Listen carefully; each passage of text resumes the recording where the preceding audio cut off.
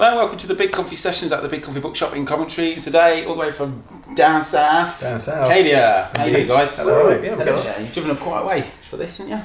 Yes, we've been hitting the road quite a lot actually over the last few months. Yeah. So this is building up to the best gig, obviously tonight. Exactly. Yeah.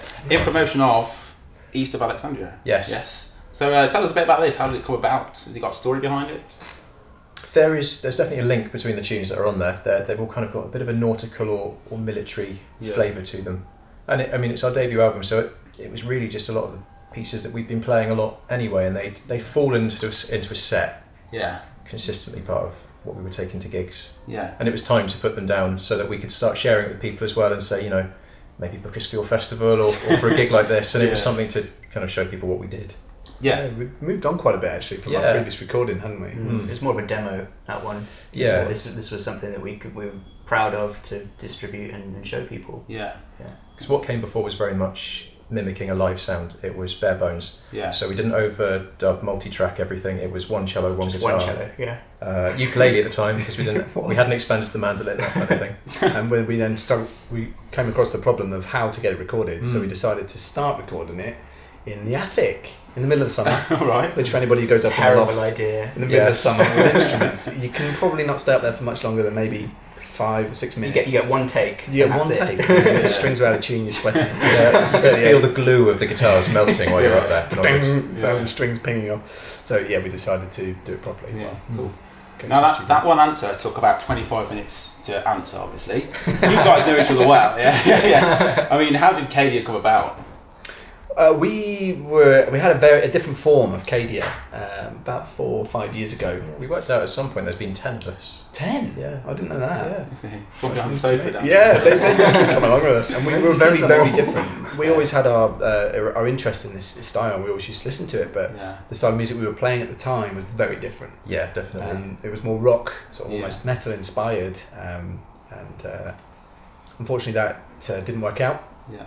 But as a result, I stayed on. And, I kind of come in as a session musician for this kind of metally stuff, and then don't bring that up. We owe him a huge bill now. It's gone into the thousands. It's quite odd because when I joined, I'm like quite a heavy metal fan, and then it just swayed in the opposite direction. Yeah, it's completely different. So you're saying the next album is going to go like metal? I'm saying you've got a lot of references there. I'm not saying no.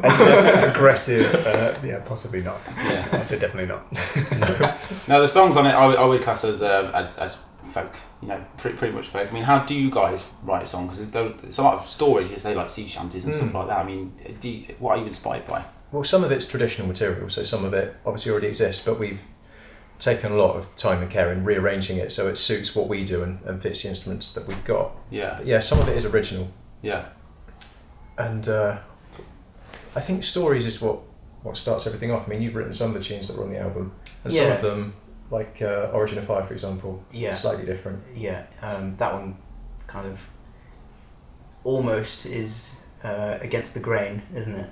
Yeah, still a folk tale in a way. Yeah, it's inspired by Native American Indian folklore as opposed to English, but it was very much kind of an excursion across the pond, which inspired that. But then that history kind of flows through when we have a song like the title track East of Alexandria, which David kind of put the lyrics together for again. So that one fitting slightly more with the theme, with the kind of that maritime and military theme. I think it helps that my dad was in the Navy, my mum was in the Wrens. There's that kind of military naval theme going through it as well. I know Chris's dad was in the military as well, so kind of a natural progression for us to be interested in that side of things. Sharing some of the stories from our history. And living right on the coast as well, there's just so much of it. Yeah. I mean, obviously, the artwork as well is very nautical as well. So yes, that was all hand drawn. We were very pleased. Really? Like Chris himself, you should get out the magnifying glass and have a look. As much as I'd love to take all the credit, I can't. But Can I you take spot the the sea credit for a few monster? bits. I'll It's my favourite We bit. can edit that bit out. People are going to be looking for that now. Now, we're in a bookshop. We've kind of been talking about stories anyway. I mean, are you guys big readers at all? Yes, definitely. Lee reads probably I read all the 3 time. books a I'm a day. proper insomniac. I just like to absorb. He doesn't believe in sleeping, he believes in reading. It's the way forward. So what kind of things are you reading at the minute? I love sci-fi and a bit of space opera, which is probably a bit of a departure from folk, but the story element is definitely in there. And then history, massive amounts. I studied archaeology, and I do like to read very dry textbooks sometimes. Cool. Well, you're about to play a song from East of Alexandria. Yes. Tell us a bit about it. Just as the tide was flowing, so this is probably, well, maybe not the oldest, but a very, very old traditional song we have in our repertoire, which was inspired by, is it Liza Carthy's version? Yeah, absolutely. This appears on her album Anglicana, and she's got this wonderful, really beautiful arrangement. And we've kind of gone back a little bit, and we went and had a look at what was collected by Cecil Sharp it was about 1906, somewhere around then, during the time he was collecting folk music in Somerset. And we've used that and the inspiration from Eliza Carthy's version to come up with what we've got. But we changed it slightly, that military theme we've put in there, because it's got more of a march feel to it, what we've got on the album. Yeah, cool. Well, I really look forward to hearing that. You've been a pleasure to have you here. I could quite easily talk to you for a lot longer, but we have a time limit. But yeah, thank you very much, Kadia. Thank you. Thank you.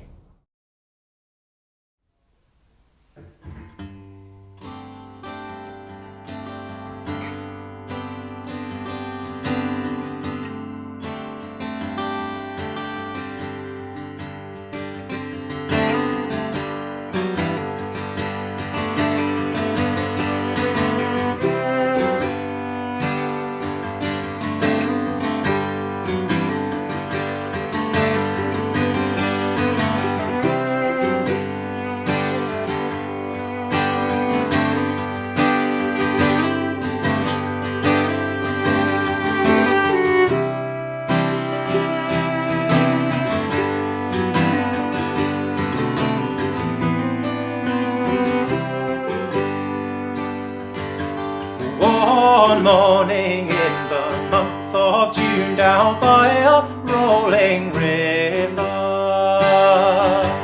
there a jolly sailor chanced to stray where he beheld some lover.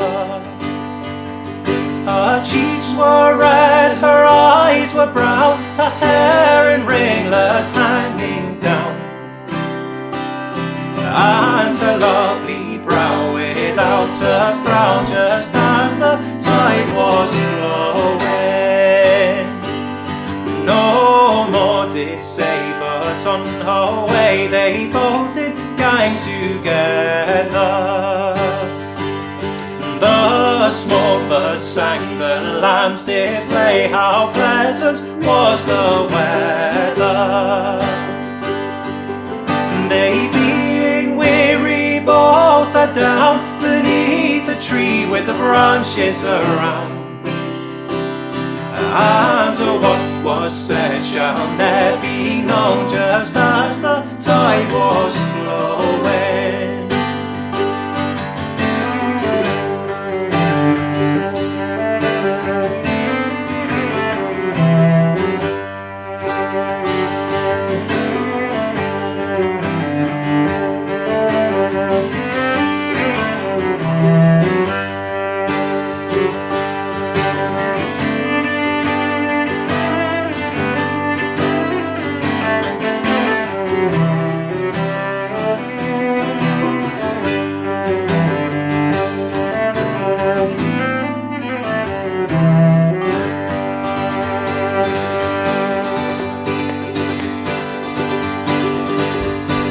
And upon the grass she then did roll, and her colour it kept changing. And the pretty maid called out, alas, don't let your mind be ranging. And she gave him £20 in store, say meet me when you will, there's more. For a jolly sailor I adore, just as the tide was flowing.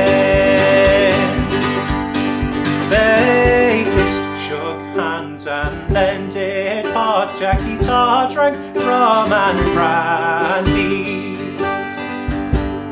and to keep my shipmates in good cheer, the ladies go all came handy. And with some of the young girl, you'll go to the public bar where the brandy flows. Give me the lad that will do so, just as the tide was flowing. Give me the lad that will do so, just as the tide was flowing. Oh, give me the lad that will do so, just as the tide was